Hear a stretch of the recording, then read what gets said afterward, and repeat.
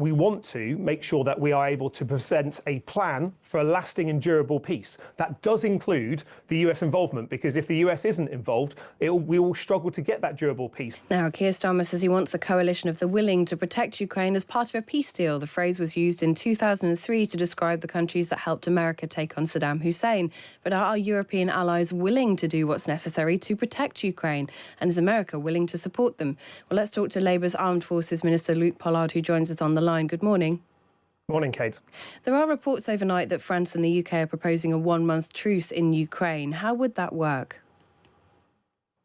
Well, no agreement has been made on what a truce looks like, and so I don't recognise the precise part that you mentioned there. But we are working together with France and our European allies to look at what is the path to peace. How do we create a lasting and durable peace in Ukraine that will require not only European nations to step up their military support today, because with all the talk of peace, we shouldn't forget there's a war happening right at this moment with Ukrainians dying, protecting their country from this invasion. But we should also look at how a deal can be put together and how it can be reinforced by our US friends, because without a US backstop, the fear is that any short peace may become a pause that will simply allow Putin time to rearm and then to reinvade. So it must be a lasting and durable peace, something President Trump and our Prime Minister have both said. To do that, we need countries to come together, to work together, and that's why over the weekend the Prime Minister hosted European leaders and Canada at Lancaster House in London to start those discussions, to continue the conversations we've been having with our French and US colleagues as to how do we get to peace and what a force would look like to deter any future aggression that Russia may be planning. Just let's be very clear on that point. President Macron has said that the UK and France presented the summit with a plan for a month-long ceasefire in the air and at sea. Is that not correct? Well, you wouldn't expect me to get into the details of what that plan looks like, because at the moment, the only person that would benefit from those details being put in the public domain before any plan is agreed would be President Putin.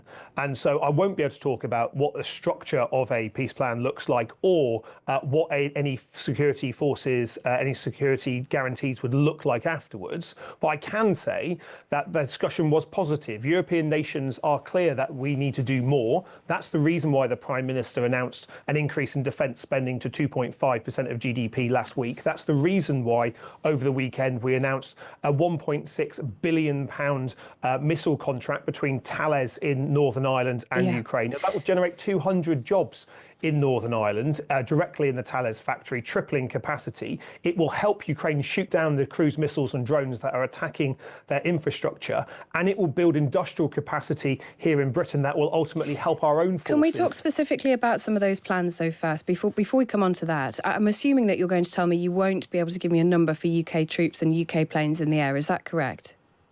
That's correct, because those discussions are still underway. What I can say is that the Prime Minister has said that we are prepared to commit ground troops and naval assets and planes as part of a security guarantee. That's right to do so. But while we're still in discussions as to what shape that should be, which countries will be supporting it, it's not currently possible to really give those figures. Which and I think would they engage with Russia if they were fired on? Well, the point of a security guarantee is to prevent Russia from attacking again. But if they were That's fired on by Russia, because there's a very clear possibility that that could happen, would they engage? Well, there would be clearly defensive rules of engagement for any military deployment. We have those for UK forces stationed in Estonia at the moment, for instance. But the point of having yes, they would engage. Is that a yes? Well, there's always defensive rules of engagement for any deployment of UK forces anywhere around the world in any scenario. But let's be clear, because our audience don't know what that means. I don't know what that means. Would those troops engage if Russia fired on them?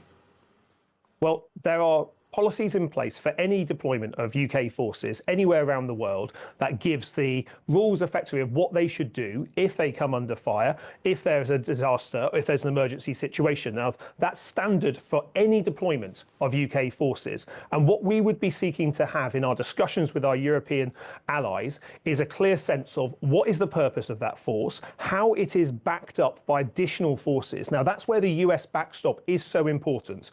Because the real fear of the Ukrainians, and a valid one for them, considering Russia has broken a ceasefire before and invaded them again, is how do we make sure that Russia feels unable to do so, knowing that if they do so, there would be a significant consequence for them. Are That is the what UK's troops US involvement is so important. Are the UK's troops guaranteed to Ukraine with or without that backstop?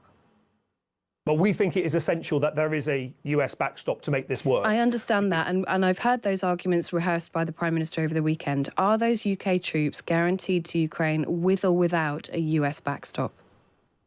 Well, at the moment, we've pledged that UK will step up as part of that multinational effort. We're still working through those negotiations at the moment. That's why the summit at the weekend was such an important moment to bring those nations together, to do the hard yards of diplomacy. But those discussions are ongoing at the moment. We feel, though, as a country, and as the Prime Minister has set out both at the summit and to President Zelensky at the weekend, that we need to do more as a continent. We need to make sure that we're doing more with our European friends, and that our efforts need and require US involvement as a backstop. But forgive me, Luke Pollard, I've asked you whether those UK-based troops would be guaranteed to Ukraine with or without a backstop. You can't guarantee them. I've asked if they would engage with Russia if they were fired on. You can't say that. The Prime Minister has said over the weekend that it's time that Europe must do the heavy lifting. It doesn't sound like there's heavy lifting going on here. It sounds like there's very little promised to Ukraine without a US backstop at all. No, I don't think that's right, Kate. And I think you're trying to get me to make the announcement of what the deal is before we've actually reached a deal, which I obviously can't do. What I can say is those discussions are ongoing. Being clear on what the rules of engagement are, what our purpose is there, what the backstop is, the US involvement, I think is really important as we have these conversations. But what we can see is the direction of travel. Europe doing more. UK leadership in bringing our allies together along with the French. To do that, we want to make sure that we are able to present a plan for a lasting and durable peace. That does include the US involvement, because if the US isn't involved, we will struggle to get that durable peace that will convince the Ukrainians that they won't be invaded again. Is it possible without the US involvement? Well, military deployments are possible, but the point is we want a durable and lasting peace. And this is where it's really important to understand the distinction between a short pause, which might be able to be achieved, but that doesn't sustain a durable peace, because there's a genuine worry by President Zelensky and the Ukrainians that a short pause will simply allow the Russian forces to reconstitute, to rearm, to regroup, and then to attack again. Now, that's something that clearly would not be in anyone's interest, not our security interest, certainly not the Ukrainians who would suffer consequences for that. But we've been absolutely clear, and as has President Trump, that we need a durable and lasting peace. Well, our assessment of that is the only way that can be achieved is with US involvement. I think the Prime Minister has been clear on that. Has the Prime Minister had a guarantee from Donald Trump that he will engage with this plan?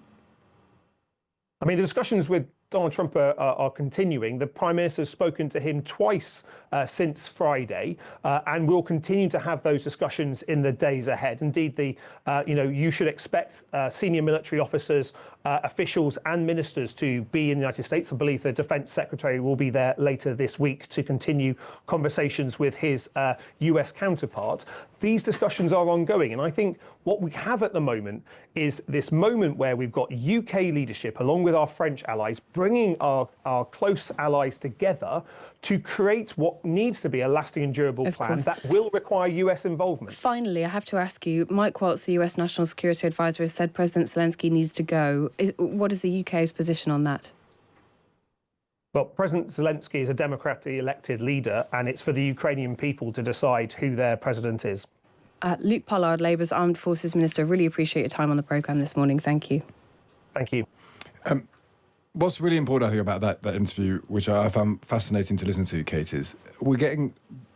Everything we talk about really is the distinction between rhetoric and reality. And that's really the line we've got to try and draw between the two so we can understand how the world is actually going to function. So we hear about Donald Tusk saying Europe's going to wake up.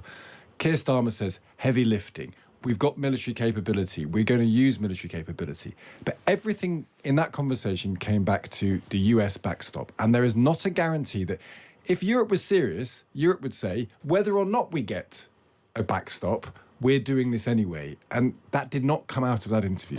I think that I think it's really UK politicians are in a difficult position here because they know that they really do need a US backstop. But on the front pages of every single paper, you have the Prime Minister saying it's time for the EU to step up. We're going to do the heavy lifting. And I think it's right to ask if we are capable of doing that heavy lifting.